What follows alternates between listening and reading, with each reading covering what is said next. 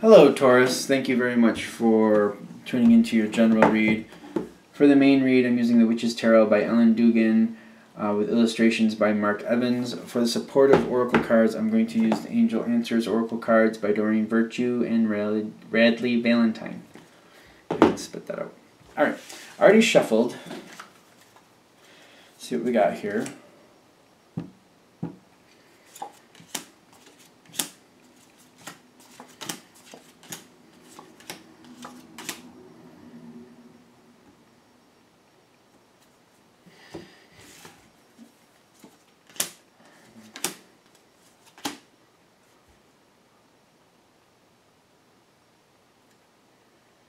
Okay.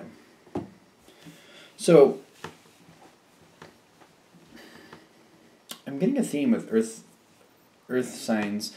Like, whatever's going on in the environment on the other side, until halfway through the reading, it's almost like a vacant spot in some respect. And I feel like here, you're just going along and you're enjoying life until halfway through, and then the other side starts doing things. But as we start going into this situation, you have the Ace of Swords, and then you have the Nine. Yep, the Nine of Cups.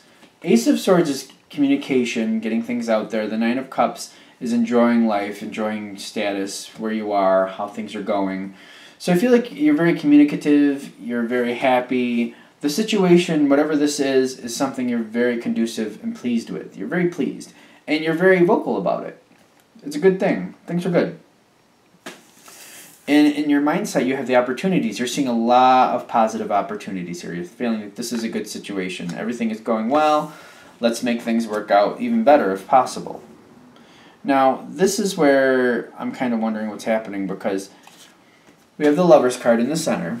So this is a very conducive, very fulfilling situation. I feel like the Ace of Swords and Nine of Cups are bringing you to this level where you're feeling very happy. Like everything is working together perfectly. You're very excited about it. You have the Queen of Wands above this for you. So you're actually actively getting things going. You're actively moving things forward. You're actively making sure things stay in a good spot and feeling very, very good about this.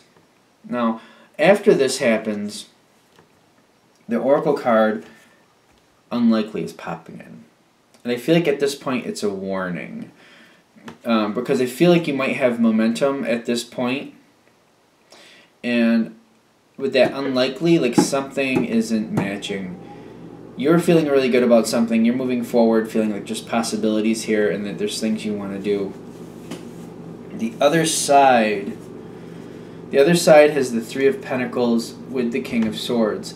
The other side, I feel, is working on something contrary to what you want to do. And this looks like it's going to cause a roadblock. Now, the question is, especially since you're communicating, why is this going this way? Because I feel like you have the Ace of Swords here, you're communicating. And I'm getting it's a timetable.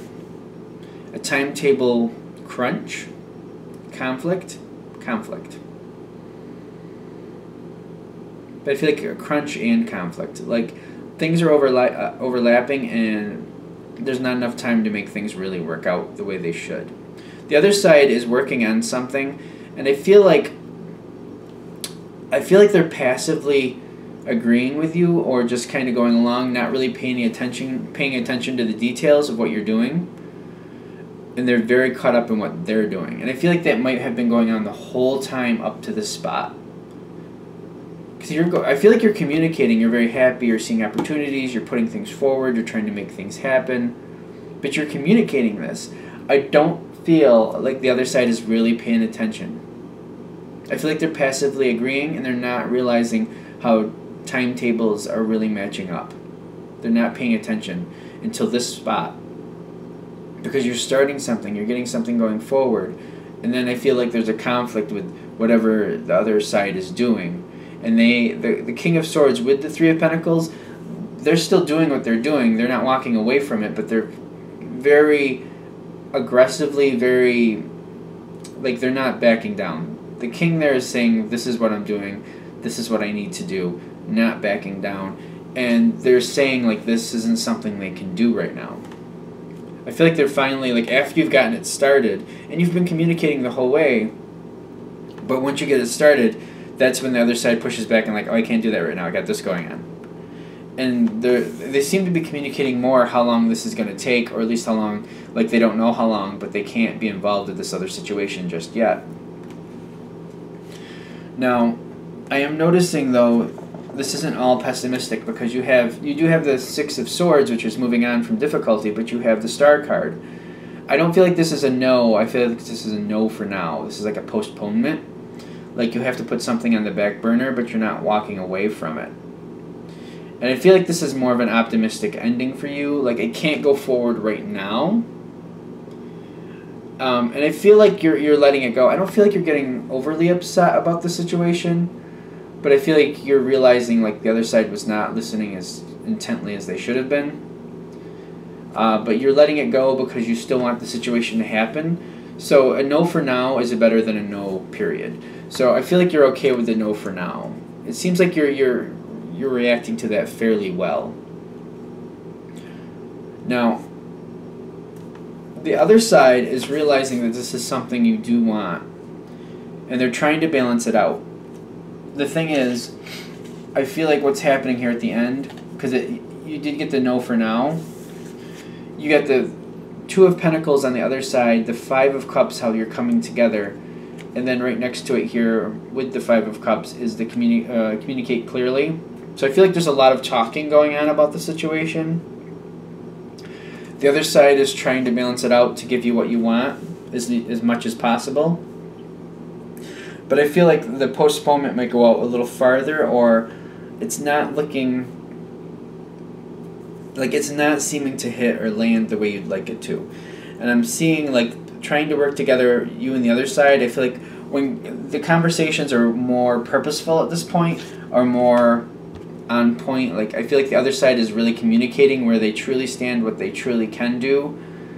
And I feel like there's a mismatch, because they're trying to, the other side trying to balance it out, trying to like see what can be possible and what's not possible, like trying to negotiate it through.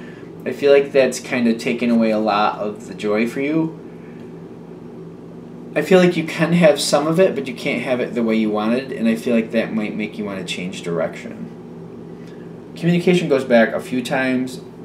At this point, though, it's one of those things where I feel like this whole reading is about, as you're moving forward and you're so excited and you're communicating what you want, the actual communication about where the other side stands doesn't happen until you start moving things forward. I almost feel like it might be like a trip somewhere or something like that, and you might like purchase tickets or something like that, and that's when the other side stands up and says, "Can't do that. I can't do that then," and you have to like change those, or you have to cancel whatever that was.